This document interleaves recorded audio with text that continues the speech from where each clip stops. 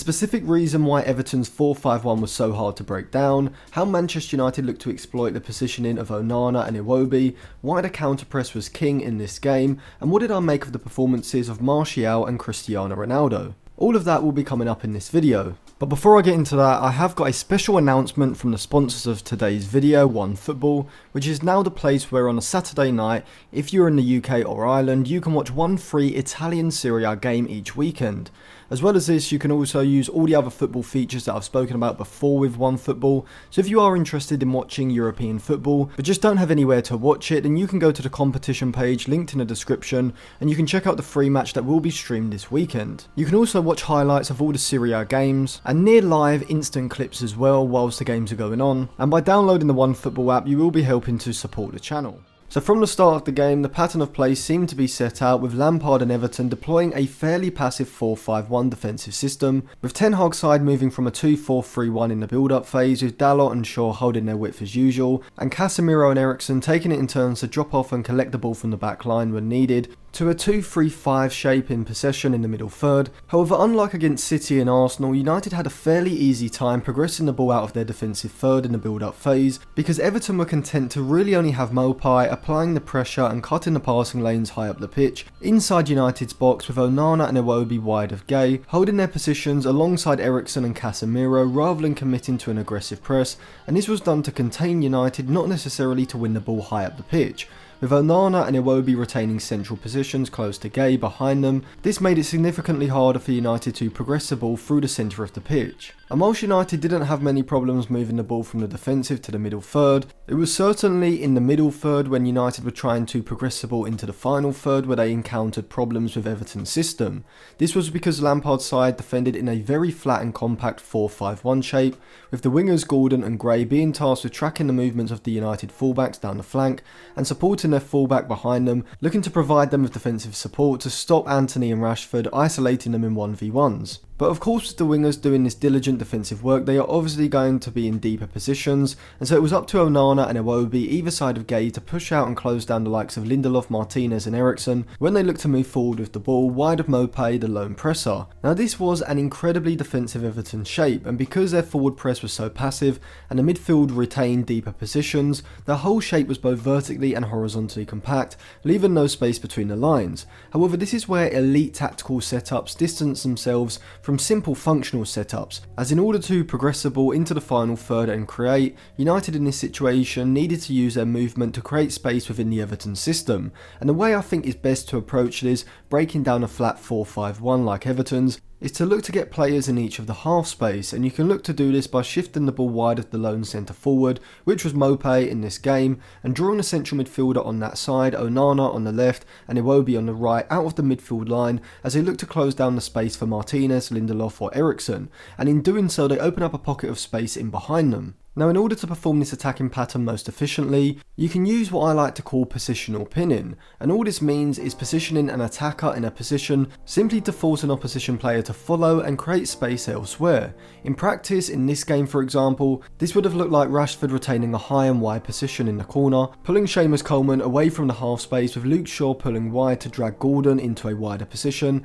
as Casemiro looks to draw Idrissa Gay in, with Dalot also positioning himself in a way that forces Onana to look over his shoulder. All of this is essentially done to drag Everton players away from each other with their man-to-man pressing, creating a bigger half space from where Fernandes shouldn't just remain in statically, as that would make it easy for the Everton midfield line to adjust and close off his space. Instead, he should look to drop off into the half space mid-move. Rather than making a movement off the back of Gay when one of the centre-backs has the ball, he should instead wait until the ball goes into Luke Shaw or Eriksen midway through the passing sequence, making it hard for Gay to track him, and hopefully more often than not, with Fernandes making this late run away from Gay, he should be able to receive a pass in this position from where he can look to turn and create. And we did see United do this to an extent, with Eriksen dropping off in front of Iwobi and Dalot inverting in front of Onana to do this on the right side of Casemiro, as the Brazilian would retain a central role, giving United a 2-3-5 shape in possession, when Luke Shaw would also look to push forward down the left flank. We did see some positional fluidity, but the 2-3-5 shape remained a constant, with sometimes Shaw holding a deep deeper, narrower position alongside Casemiro, with Eriksen between the lines and Rashford holding the width on the left side, and other times it would be Eriksen in a deep position and Rashford in a central position looking to break in behind and stretch the Everton back line with those diagonal runs in between the fullback and centre back. But as I said, Everton defended very well. They were very conservative in their approach, but it was effective when United had sustained possession in the middle third. However, when there was a quick transition and United countered quickly, they found Everton's weakness and exploited it clinically. You can see here for Antony's equaliser that there's a turnover in the middle of the pitch, and Fernandes immediately feeds a vertical pass into Martial, and from here United are able to exploit the lack of pace on the turn when running back in the Everton defence, as when Martial is able to turn, both Rashford and Antony either side of him have already got the wrong side of their fullback, Mykolenko on the left and Coman on the right, and Martial's rate of pass is perfect. Tarkowski can't match Antony for pace, and the finish, like against Arsenal, seems predictable, but it's placed perfectly beyond Pickford to give United the lead, making that the third very good goal that Antony has scored this season. This was a perfect example of a counter-pressing goal. The counter-press, whilst usually coming from winning the ball back slightly higher up the pitch, can be an extremely effective weapon against deep defensive units like Everton, as by moving the ball quicker up the pitch, straight after a turnover, this allows you to take advantage of the space between the lines that is hard to exploit when the opposition has 10 men behind the ball, and this was exactly the case for United's first and their second goal. We see here for the second goal that, like the first, there's a turnover in the centre of the pitch, with Casemiro immaculately dispossessing Iwobi, and like Fernandes did, Casemiro immediately looks for a direct vertical pass, and with Ronaldo in the side you already know he's anticipated the turnover and spins into the space on the left side between Everton's right back and centre back. The pass releases Ronaldo perfectly, and from this position he shows that form is temporary but class is permanent, as he drives into position before coolly slotting the ball under Pickford with his left foot to put Manchester United in the lead before half time. So despite Ten Hag's side doing exactly what they should have from a tactical point of view, when Everton sat in a low block 4-5-1, United's best chances and goals came from quick transitioning attacks, where United attacked directly through the spaces in the Everton system, showing that although Ten Hag's philosophy prioritises more possession rather than counter-attacks,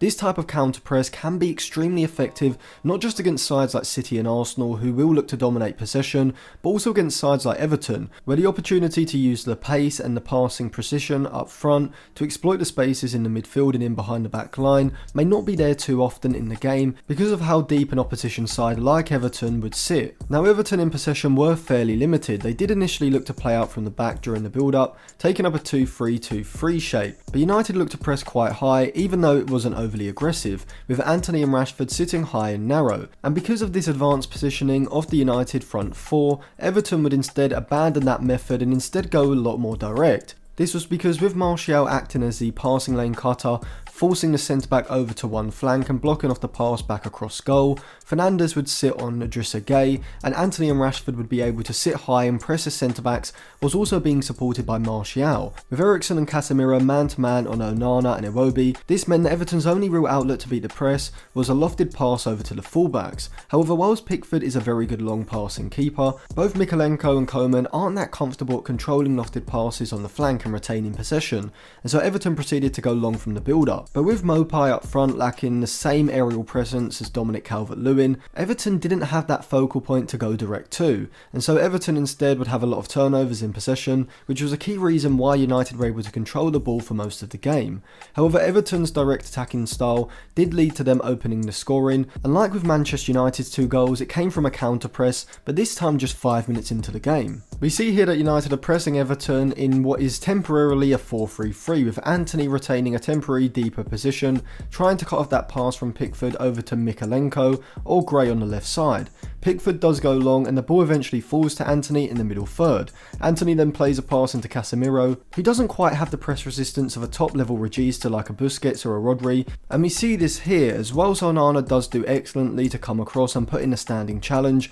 Casemiro simply can't afford to lose the ball in this position, as Eriksen alongside him doesn't have the athleticism to then move over and close off that space, allowing Demarai Gray to drive into the final third, shifts the ball out to Iwobi, whose long range curling strike flies past De Gea Gea, punishing Casemiro's mistake. See, Everton did a pretty good job of stifling United. It's just that Ten Hag's side were able to create through moments, and those moments came via the counter press and the transitioning of the attack quickly. And so United were able to go in at half time with an XG of 1.58, with Everton recording just 0.03, showing just how much Everton struggled to create in the first half. Ten Hag's use of fullbacks in this game was also very interesting. Shaw on the left is a much better overlapping option compared to Malacia in my opinion, as the Englishman suits that more advanced wider role because of his ability to drive the attack forward at pace. We saw Shaw pushing up on the left flank, which enabled Rashford to drift into more of an inside forward position, rather than as a natural winger, though he wasn't looking to drop into the half space. Instead, he was looking to burst in between his fullback and the centre back.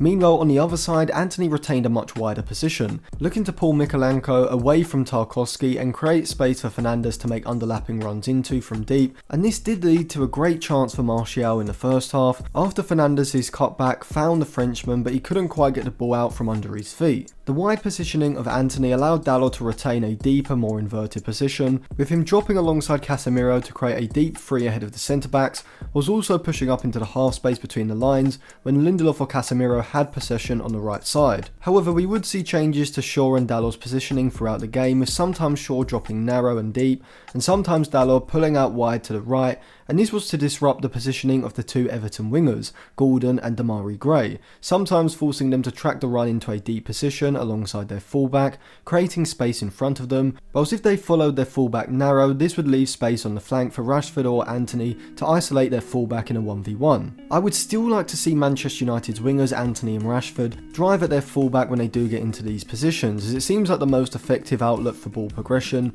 when United come up against these deep defensive units. However, as of yet, both Rashford and Antony have made their marks through their off-the-ball runs into goal-scoring positions, rather than their dribbles past players in the final third. With Martial as a centre forward, I think United have the perfect balance in that front three, as Martial is capable of playing more as a deeper line forward, dropping off to link the attack, and allowing Antony and Rashford to make those line-breaking runs ahead of him. His interplay in congested areas with the likes of Fernandes and Rashford is phenomenal, and I'd say he's a much better option as a centre forward than Rashford is, who I think thrives more when playing as an inside forward from the left, as like he showed for his goal, which was eventually disallowed, when he does get into those wide one-on-one positions, his composure and his finishing technique is almost back to the level it was a few seasons ago, and so having Marcus Rashford as a runner in the attack from a wide position is going to be a lot more effective in getting him into goal scoring positions, rather than him playing as a centre forward who has to link the play with his back to goal. Now, Ronaldo does provide something slightly different to Martial. Whilst I do prefer Martial's link play in the middle and final third and his ability to inject pace into the attack,